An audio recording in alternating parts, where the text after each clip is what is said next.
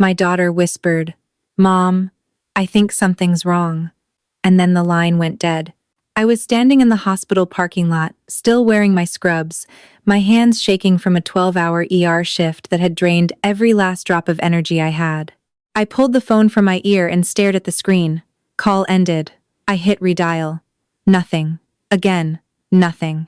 My chest tightened as I called the house phone. No answer. I tried Daniel's number. Straight to voicemail. A cold wave of panic washed over me, and my legs went weak. I leaned against my car, trying to breathe, trying to think. I pulled up the home security app on my phone, but the cameras were offline. All of them. That's when it hit me. This wasn't some accident. This wasn't a dropped call or a dead battery. Someone had planned this. Someone had cut me off from my own child, and the only person inside my house with her was my brother. At that moment, I didn't know this nightmare had actually started 4 months earlier, the day I let my brother into my home. Hi everyone, my name is Rachel, I'm 38, and this happened 4 months ago. I'm an ER nurse at one of the busiest hospitals in Seattle. If you've ever worked in an emergency room, you know what it does to you. 12-hour shifts, back to back, watching people at their worst, holding someone's hand while they take their last breath, then going home and pretending everything's fine. That was my life. And on top of all that, I was doing it alone. I got divorced 3 years ago. My ex-husband moved to California, and honestly, it was the best thing that ever happened to me. But it left me raising my daughter Lily by myself. Lily was 10 at the time. She was quiet, the kind of kid who'd rather sit in her room drawing than play outside with other kids. Some people called her shy. I called her careful. She didn't trust easily, and looking back, maybe she was smarter than all of us. It was a Tuesday night when Daniel called. I had just gotten home from a brutal shift. 2 car accident victims, 1 code blue, and a teenager who overdosed in a gas station bathroom. I was sitting on the couch with a cup of tea that I was too tired to even drink when my phone rang. The moment I heard my brother's voice, I knew something was wrong. He was crying, and Daniel never cried. Not at our dad's funeral, not when his business failed, not ever. His voice cracked as he told me, "Rachel, I don't know what to do. She kicked me out. I got nowhere to go." He told me his wife had filed a restraining order after a domestic violence incident. He said it wasn't what it sounded like, that she had provoked him, that things got out of hand. He had 2 kids, Jace, who was 8, and Kira, who was 6, and they were still with their mother. He was alone, broke, and sleeping in his car. When I heard that, something inside me broke too. This was my brother, my older brother, the one who used to walk me to school when I was little, who taught me how to ride a bike, who scared off the bullies in middle school. I couldn't just leave him out there. So without thinking too much, I said the words I'd come to regret more than anything in my life. I sighed and told him, "You can stay with me for a while, just until you get back on your feet." Lily was standing in the hallway when I hung up. She looked at me with those big brown eyes, her sketchbook pressed against her chest like a shield. She didn't say anything. She didn't have to. I could see it in her face. Something about this didn't sit right with her, but I smiled and told her gently, "It's just your Uncle Danny. He needs a place to crash for a bit. It'll be fine, sweetheart." She nodded slowly, then turned and walked back to her room without a word.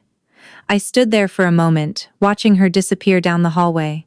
A quiet unease settled in my stomach, but I pushed it down. He was family, and family meant safe. Looking back now, that was the moment I ignored the first warning sign. For the first week, he was everything you'd expect from someone grateful. Daniel showed up at my door with 1 duffel bag and a look on his face like a man who had lost everything. And maybe he had.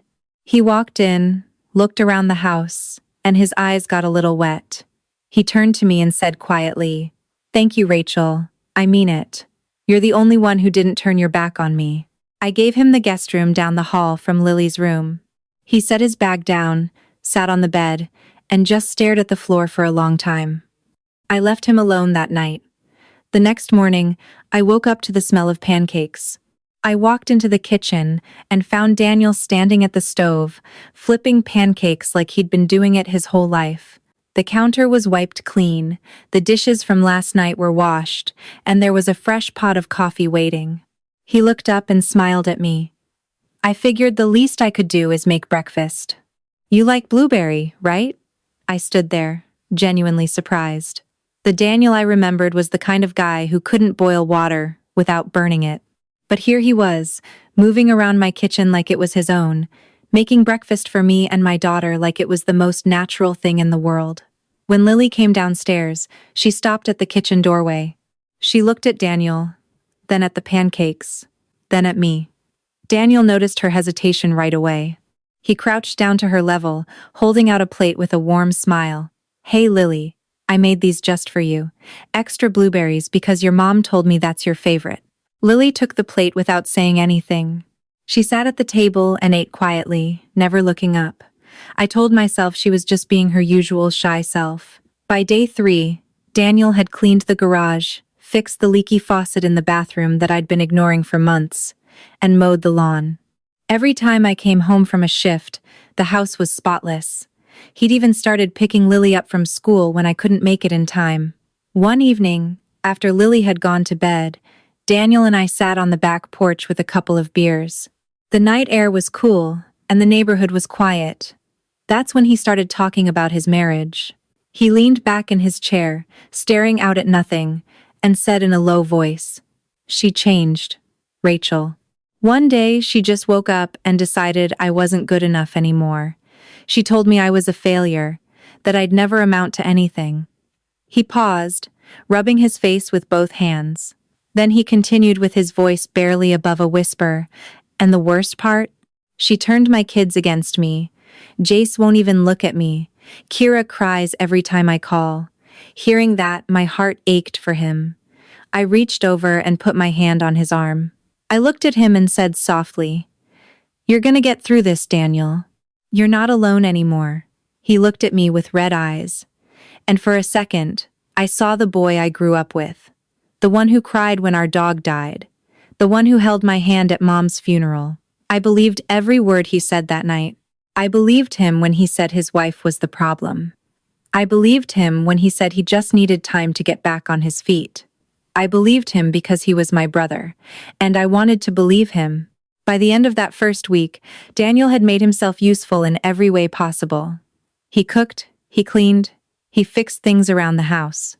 He even helped Lily with her homework one afternoon, sitting patiently at the dining table while she worked through her math problems. I watched them from the kitchen, and for a brief moment, I thought maybe this could work. Maybe having Daniel here wasn't just good for him. Maybe it was good for all of us. But there was one thing I noticed that I chose to ignore. On the 6th day, Daniel casually asked me while doing the dishes, "So how much is the mortgage on this place? Must be tough handling it all on your own." I told him the number without thinking. He nodded slowly, then asked, "And your savings? You got enough put away in case something happens?" I laughed it off and changed the subject. It seemed like a normal conversation between siblings. But looking back, that was the first time Daniel started mapping out my finances, and I was too tired, too grateful, and too trusting to see it. But by the second week, things started to shift in ways I couldn't explain. It started with small things that didn't feel like a problem at first.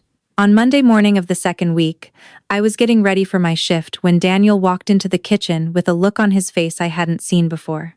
He leaned against the counter, crossed his arms, and said in a tone that was just a little too casual, "Hey Rachel, I was thinking. The guest room is kind of small. The bed's not great for my back. You think maybe I could switch to the bigger room downstairs?" I paused for a second. The room downstairs was my office. It was where I kept my files, my laptop, my personal documents. I looked at him and said carefully, "That's kind of my workspace, Daniel. I need it for bills and stuff." He shrugged and let out a small laugh. "I mean, you could do all that on the couch. It's just a room, Rachel. I'm not asking for much." Something about the way he said it bothered me, but I was running late and didn't have the energy to argue.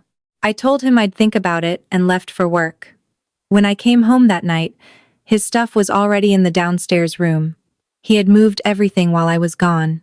My files were stacked in a pile on the kitchen table, my laptop was sitting on the couch, and the room had been completely rearranged. I stood in the doorway, staring at what used to be my space. Daniel walked up behind me, drying his hands with a dish towel, and said casually, "I went ahead and moved. Figured you wouldn't mind. I even organized your files for you." My jaw tightened. I wanted to say something, but he had already turned around and walked away. I told myself it wasn't a big deal. He needed the space. He was going through a rough time. I could work from the couch. It was fine. But it wasn't fine. The next day, Daniel started commenting on Lily. She had come home from school and gone straight to her room like she always did. Daniel was sitting on the couch watching TV when he looked up at me and said with a frown, "Does she always do that? Just disappear into her room without saying a word to anyone?" I poured myself a glass of water and replied calmly, "She's an introvert, Daniel. That's just how she is." He shook his head slowly, his eyes still on the hallway where Lily had disappeared. Then he said in a tone that made my skin prickle, "That's not normal, Rachel. A kid her age should be running around, making noise, playing with friends. Something's off with her." I set the glass down a little harder than I meant to. I looked at him and said firmly, "There's nothing off with my daughter. She's fine." He raised both hands like he was surrendering and said with a half smile, Okay, I'm just saying. You might want to get her checked out or something, that kind of behavior. It's not healthy." I didn't respond. I walked away and went to check on Lily. She was sitting on her bed drawing in her sketchbook. When I opened the door, she looked up at me with those quiet eyes and asked softly, "Mom, how long is Uncle Danny staying?" The question hit me harder than I expected. I sat down next to her and brushed her hair behind her ear. I told her gently, "Not long, sweetheart, just until he gets back on his feet." She looked back down at her sketchbook and said almost in a whisper, "He moved your stuff today." He didn't ask. I felt my stomach drop. She had noticed. Of course she had noticed. Lily noticed everything. I kissed the top of her head and told her it was okay, that everything was fine, but when I closed her door behind me, I stood in the hallway for a long moment, my hand still on the doorknob. A quiet alarm was going off inside me, but I kept telling myself I was overreacting. As the days went on, Daniel's presence grew heavier. He started telling me how to run my house. When I ordered pizza for dinner one night, he looked at the boxes and said disapprovingly, "You're feeding her this? No wonder she's so pale. You need to cook real food, Rachel. This is lazy parenting." I bit my tongue so hard I could taste it. Another night, I came home late from a double shift and found Daniel had rearranged the living room furniture. The couch was in a different spot, the TV had been moved, and my bookshelf was now against the opposite wall. When I asked him why, he just shrugged and said matter-of-factly, "The flow was all wrong. It looks better this way. Trust me." I didn't trust him. Not anymore, but I was so exhausted from working 60-hour weeks that I didn't have the fight in me to push back. And Daniel seemed to sense that. He pushed a little more each day, testing how far he could go before I snapped. Meanwhile, Lily was getting quieter. She stopped coming downstairs for dinner unless I specifically called her. She stopped drawing in the living room. She stayed in her room with the door closed, and when I asked her what was wrong, she just shook her head and said softly, "Nothing, Mom, I'm fine." But she wasn't fine. And deep down, I knew it. I just didn't want to admit that the person causing it was sitting in my living room, sleeping in my office, eating my food, and slowly taking over my life like it was his right. I told myself it was temporary. Until the night everything exploded. It was just dinner. Until my brother destroyed my child in one sentence. It was a Thursday night, about 5 weeks in. Daniel had been pushing boundaries every single day, and I'd been swallowing my frustration like bitter medicine, telling myself it would all be over soon. That evening, I decided to cook a real meal. Not because Daniel shamed me into it, but because Lily had been so withdrawn lately that I wanted to do something normal, something that felt like us again. I made her favorite, spaghetti with garlic bread and a simple salad. I set the table for 3, lit a candle in the middle, and called them both down. Lily came downstairs slowly, her sketchbook tucked under her arm like always. She sat in her usual spot and placed the sketchbook on the chair next to her. Daniel walked in a minute later, looked at the table, and let out a dry laugh. He sat down and said with a smirk, "Spaghetti again? You know there's more to cooking than boiling noodles, right?" I ignored him. I served the plates and sat down. For the first few minutes, it was quiet. Just the sound of forks against plates and the hum of the refrigerator. I looked at Lily and asked her softly, "How was school today, sweetheart?" She shrugged without looking up and said quietly, "It was okay." Daniel leaned back in his chair, chewing loudly, and jumped in before I could say anything else. "You know, Lily, when I was your age, I had a ton of friends. We used to play outside every day after school. You should try it sometime instead of hiding in your room all day." Lily didn't respond. She kept her eyes on her plate, twirling spaghetti around her fork. I could see her shoulders tense up. I shot Daniel a look and said in a low voice, "Daniel, don't." He held up his fork and said with that same half-smile that had started to make my blood boil, "What? I'm just trying to help. Someone's gotta say it, Rachel. The kid needs to socialize." It's weird. Something shifted in the air. I could feel it, like the temperature in the room dropped 10 degrees. Lily's fork stopped moving. She sat perfectly still for a moment, then did something she had never done before. She looked up at Daniel, straight in the eyes, and said in a calm, steady voice, "I don't need your help, and I don't need you telling me what to do. You're not my dad." The silence that followed was deafening. I sat there, frozen, my heart pounding in my chest. Part of me wanted to cheer. My quiet little girl had finally stood up for herself. But the look on Daniel's face told me this wasn't going to end well. His smile disappeared. His jaw clenched. He put his fork down slowly, and I watched his knuckles turn white as he gripped the edge of the table. He stared at Lily with a coldness I had never seen before. Then he leaned forward, pointed his finger at her, and said in a voice that was low and venomous, "You know what your problem is? You're broken.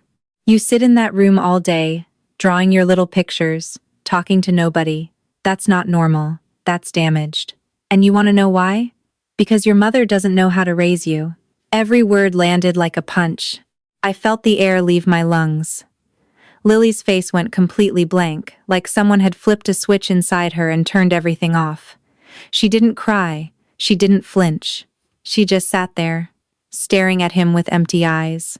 And that was worse than any tears. That emptiness, that shutdown, that was my child protecting herself the only way she knew how. I slammed my hands on the table so hard the plates rattled. I stood up, my whole body trembling, and pointed at Daniel with a finger that was shaking with rage. My voice came out low and dangerous. "Get out of this room. Right now." Daniel leaned back in his chair and crossed his arms. He looked at me like I was being dramatic, and said dismissively, "See? This is exactly what I'm talking about. You can't handle the truth, Rachel. You've been coddling this kid her whole life, and look what you got. A 10-year-old who can't even hold a conversation." I stepped closer to him, my voice rising. I said, "Get out, now." He stood up slowly, towering over me, and said with a cold smile, "Fine. But don't come crying to me when she ends up just like you, alone and barely holding it together." He walked out of the kitchen and I heard the downstairs door slam shut. The house went dead quiet. I turned around and looked at Lily. She was still sitting in the same position, her hands in her lap, her eyes staring at nothing. I rushed over to her and knelt down beside her chair. I took her hands in mine and said with my voice breaking, "Lily, baby, look at me. None of that is true. You hear me? Not a single word." She blinked once, slowly, and then looked at me. Her voice came out so small it almost wasn't there. "Mom, am I broken?" In that moment, Something inside me shattered. Not cracked, not bent, shattered, like glass hitting concrete. I pulled her into my arms and held her so tight I could feel her heart beat against mine. Tears rolled down my face as I whispered into her hair, "No, baby, you are not broken. You are the strongest, bravest, most beautiful person I know. And nobody gets to tell you otherwise." She didn't cry. She just pressed her face into my shoulder and held on. We stayed like that on the kitchen floor for a long time, the spaghetti getting cold on the table, the candle still flickering, and the echo of my brother's words hanging in the air like poison. That night, after Lily finally fell asleep in my bed because she didn't want to be alone, I sat on the back porch in the dark. The anger had faded into something heavier, something that sat in my chest like a stone. I replayed every moment of the past 5 weeks in my head. The way he moved into my office without asking. The way he criticized my daughter. The way he slowly, methodically, took over my home like it belonged to him. And I realized something that made my stomach turn. Daniel wasn't just staying with me. He was replacing me. In my own house, in my own life, he was pushing me out piece by piece, and I had let him do it because I felt guilty. Because he was family. Because I thought blood meant something. I sat there in the dark, listening to the wind move through the trees, and made a decision. A decision that would change everything. That was the moment I realized. I had let the wrong person into my home. I gave him 30 days to leave. And that's when the real war began. The morning after the dinner incident, I woke up early.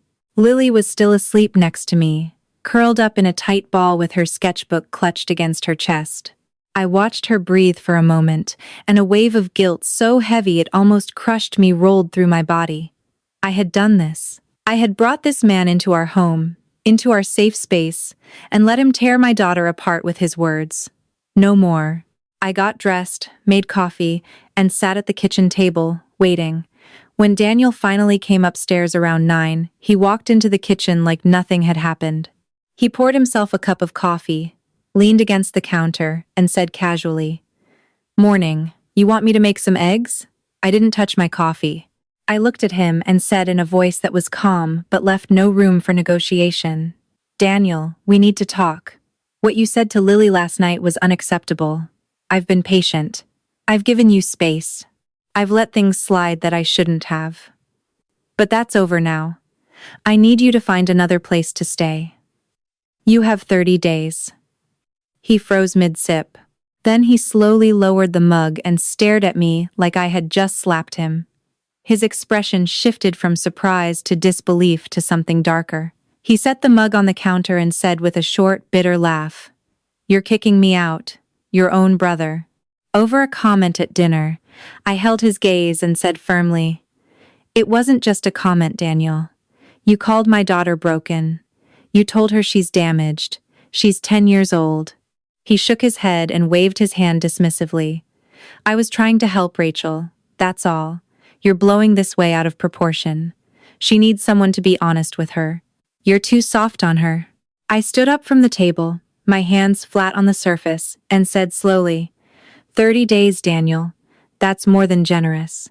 Something changed behind his eyes. The fake charm, the grateful brother act, all of it fell away like a mask being ripped off. He straightened up, crossed his arms, and his voice turned cold and measured. "You can't just throw me out, Rachel. I've been living here for over a month. I have rights. You want to play it that way? Fine, I'll get a lawyer." My blood ran cold. I stood there, staring at him, trying to process what I had just heard. My brother, the man I had taken in out of love, the man I had fed and housed and defended, was now threatening me with legal action. In my own home, I swallowed hard and said as steadily as I could, "Don't do this, Daniel." He stepped closer, and for the first time I felt a flicker of fear. Not because he raised his hand. He didn't. But because of the look in his eyes. It was calculated, controlled, like he had been planning for this moment. He lowered his voice and said almost in a whisper, "You know what people are gonna think, right? Single mom kicks out her homeless brother with nowhere to go. Right before the holidays. How's that gonna look, Rachel? The guilt hit me like a truck. And he knew it would. That was his weapon. Not fists. Not yelling. Guilt. He wielded it like a surgeon with a scalpel, cutting into the exact spots where I was weakest. I took a step back, my hands shaking. My mind was spinning, but I forced myself to stay grounded. I looked at him and said with everything I had, I don't care how it looks. My daughter comes first. 30 days. He stared at me for a long, uncomfortable moment. Then he smiled. Not a warm smile. Not a grateful smile. A smile that said I just made a very powerful enemy. He picked up his coffee, took a long sip, and said lightly, 30 days, sure. We'll see how that goes. He walked past me and down the stairs to his room. I heard the door close softly, which was somehow worse than a slam. I stood alone in the kitchen, my heart hammering against my ribs, my hands still trembling. I had drawn the line, but instead of feeling relief, I felt like I had just poked a sleeping bear, and that bear was living right below my feet. Over the next few days, Daniel turned my home into a battlefield. He didn't yell. He didn't break things. What he did was worse. He became aggressively helpful. He cooked elaborate meals and left my portion out with a note that said, "Made extra for you." He cleaned the entire house top to bottom, then told Lily in a sweet voice, "I just want to make sure your mom doesn't have to work so hard. She does so much for us, doesn't she?" He was building a narrative. The devoted brother. The misunderstood guest. The man who only wanted to help but got thrown out by his ungrateful sister. And the worst part was, it was working. Lily started looking at me differently. Not with anger, but with confusion. One night, she sat on my bed and asked me quietly, "Mom, why are you making Uncle Danny leave? He said he's sorry about what he said." My chest tightened so hard I could barely breathe. I pulled her close and said gently, "Baby, sometimes people say sorry but don't really mean it. And sometimes, even when someone is family, you have to protect yourself. That's what I'm doing. I'm protecting us." She was quiet for a long time. Then she whispered, "But he seems sad, Mom." Those 4 words nearly broke my resolve. I kissed her forehead and told her not to worry about it. But inside, I was crumbling. Daniel was getting inside her head, and he was doing it right in front of me, and there was nothing I could do about it without looking like the villain. The tension in the house became unbearable. Every interaction was loaded. Every silence was heavy. Daniel would pass me in the hallway and say something perfectly polite like, "Have a good shift," or "I left some dinner in the fridge for you," and every single word felt like a threat wrapped in silk. I started locking my bedroom door at night. Not because I thought he would hurt me physically, but because I didn't trust him anymore. I didn't trust his kindness. I didn't trust his apologies. I didn't trust anything about the man who was slowly poisoning my home from the inside. I thought that was the worst part. Until I opened my bank account the next morning. My name was still on the account, but I wasn't the only one controlling it anymore. It was a Wednesday morning. I had the day off, which was rare, and I decided to catch up on bills. I sat down at the kitchen table with my laptop and logged into my bank account. The first thing I noticed was the balance. It was lower than it should have been. Not by a lot, but enough to make me pause. I scrolled through the recent transactions and my stomach started to turn. There were charges I didn't recognize. A $200 purchase at a sporting goods store. A $150 dinner at a restaurant I'd never been to.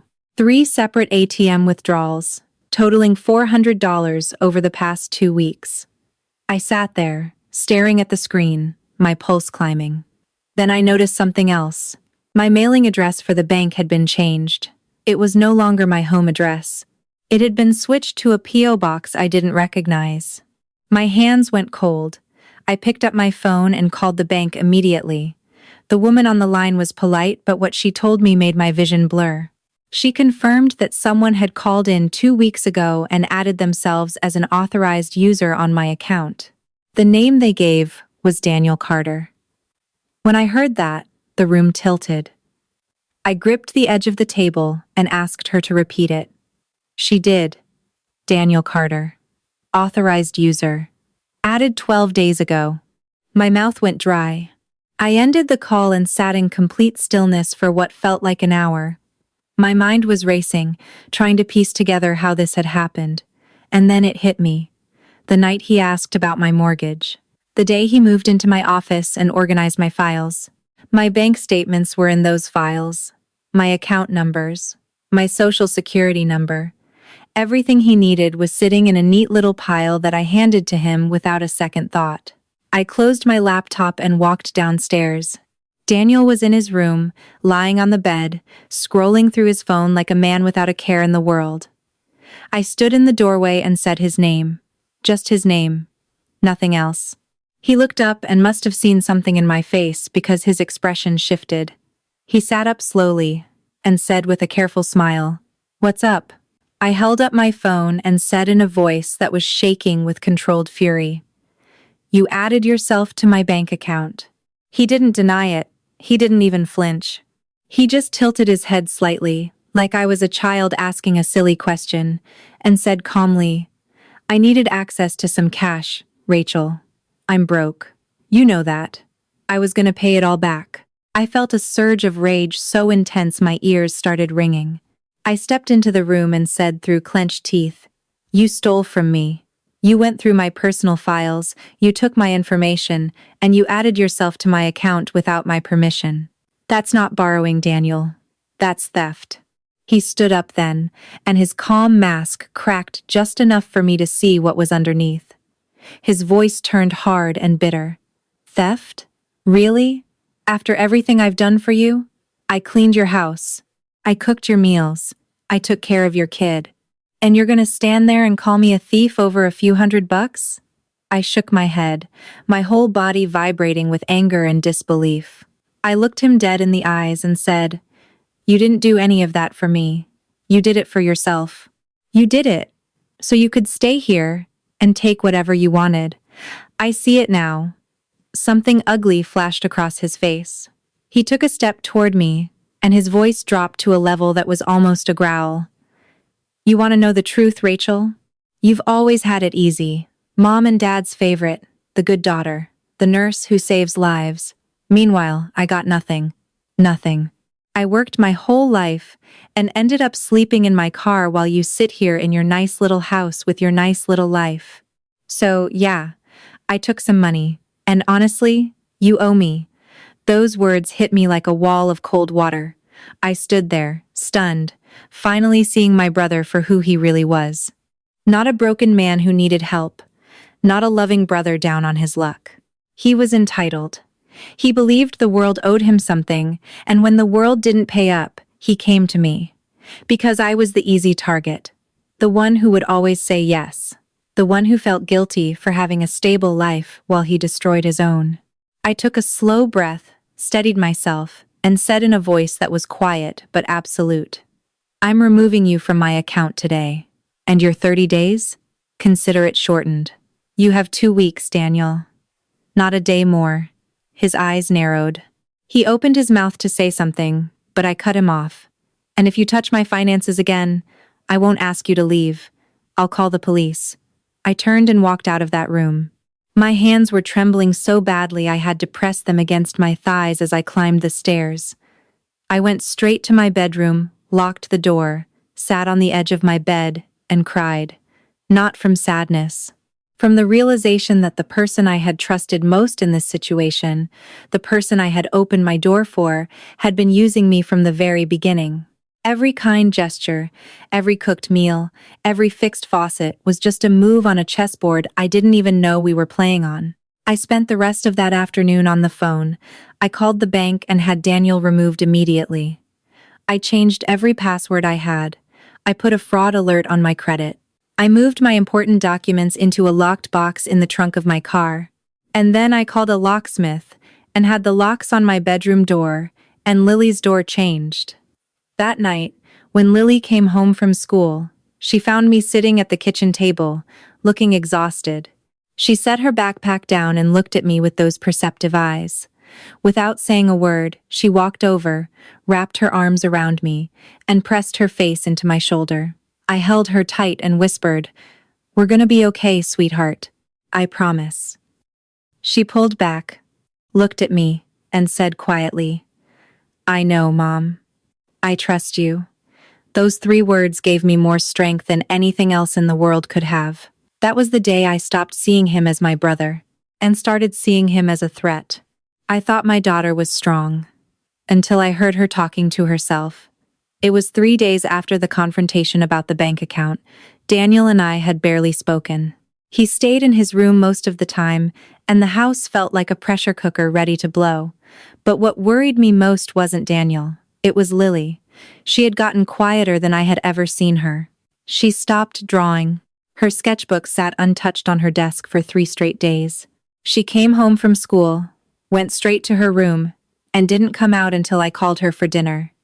Then one night, a little after midnight, I heard something that shattered me. I was walking past her room and heard her whispering to herself, "It's okay. Just stay quiet. Don't make anyone mad. Be invisible. Invisible is safe." My knees almost gave out. My 10-year-old daughter was coaching herself through the night in her own bedroom, the one place she should have felt safe. I stood outside her door, tears streaming down my face, listening to her whisper herself to sleep. The next afternoon, I came home early and found Lily sitting on the living room floor, staring at a TV that wasn't even on. I sat beside her and asked her to talk to me. She was quiet for a long time, then said in a voice so empty it terrified me, "I feel like I'm disappearing, Mom. Like I'm getting smaller every day and nobody can see me." I pulled her into my lap and held her tight, tears falling as I whispered, "I see you, baby. I will always see you. And I am so sorry I let this happen." She buried her face in my chest and cried for the first time in weeks. That evening, I noticed something else. Daniel's kids, Jace and Kira, had changed too. Jace flinched when Daniel raised his voice. Kira clung to Lily like a shadow. These kids were scared long before Daniel showed up at my door. His wife didn't kick him out for no reason. That realization opened a door in my mind I wasn't ready to walk through. Not yet. 3 days later, he asked to take the kids out for ice cream. When I saw the water, I knew this could end in death. Daniel had asked to take the kids for ice cream on Saturday afternoon. All 3 of them, Jace, Kira, and Lily. Something in my gut screamed no, but he said it so casually, so calmly, like a man who had nothing to hide. Against every instinct I had, I let them go. 2 hours passed. Then 3. I called Daniel's phone. No answer. I called again. Nothing. Then Lily's emergency phone buzzed with a text from an unknown number. It said, "Don't bother looking for us." My blood turned to ice. I called 911 immediately, my hands shaking so violently I could barely hold the phone. I gave them Daniel's name, his car description, everything I had. Then I got in my car and drove. I don't know how I knew, but something pulled me toward the Seattle waterfront. Maybe it was instinct. Maybe it was desperation. When I got to the marina, I saw his car parked near the docks. The police were already there. 2 officers were standing about 30 feet from Daniel, who was sitting on the edge of the pier with all 3 kids beside him. Kira was crying. Jace was frozen. And Lily, my Lily, was sitting next to Daniel with her hand on his arm, talking to him in a voice so calm it didn't sound like a child. I couldn't hear what she was saying, but I could see Daniel's face. He was broken. Not angry, not threatening, completely shattered. Tears were pouring down his face, and his body was shaking like he was coming apart from the inside. The officers talked him down slowly. It took almost 40 minutes. When he finally stood up, he didn't resist. He just looked at me from across the pier with hollow eyes and said in a cracked voice, "I'm sorry, Rachel. I just didn't want to be alone." They didn't arrest him that night.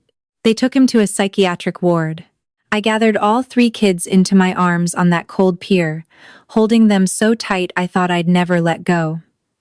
That night, my brother wasn't arrested. He was taken to a psychiatric ward. 6 months have passed since that night, and nothing in my life looks the same. The court granted me temporary custody of Jace and Kira almost immediately. Their mother couldn't take them back right away, so just like that, I went from a single mom with one quiet daughter to a woman raising 3 kids in a house that still carried the weight of everything that happened. It wasn't easy. Jace had nightmares for weeks, waking up screaming in the middle of the night. Kira attached herself to Lily like a shadow, following her everywhere, sleeping in her room every single night. And Lily, my quiet, invisible little girl, became something I never expected. She became a protector. She read to Kira before bed, helped Jace with his homework, and held their hands when they were scared. Watching her transform like that was the most beautiful and heartbreaking thing I've ever seen. Lily started therapy, and her therapist told me something I'll carry forever. She looked at me and said honestly, "Lily is resilient, but she's been carrying weight no child should carry. She needs time and the freedom to just be a kid again." Daniel spent 6 weeks in a psychiatric facility. He sent me a handwritten letter apologizing for everything. I read it once, folded it, and put it in a drawer. I haven't read it again. Today, my house is louder and messier. 3 backpacks by the door instead of 1. Arguments about the TV remote. Complaints about vegetables. And laughter. Real, imperfect laughter that fills every corner like sunlight. Last week, Lily showed me a drawing of 4 people on the back porch. Me, her, Jace, and Kira. At the bottom she wrote, "This is us now." I almost lost my daughter because I believed family meant safe. It doesn't. Family is not a bloodline. It's the people who protect you and would never use your love as a weapon. Sometimes the hardest thing you'll ever do is close your door on someone who shares your last name. Would you have done what I did? Or would you have chosen differently? Tell me in the comments. I really want to know.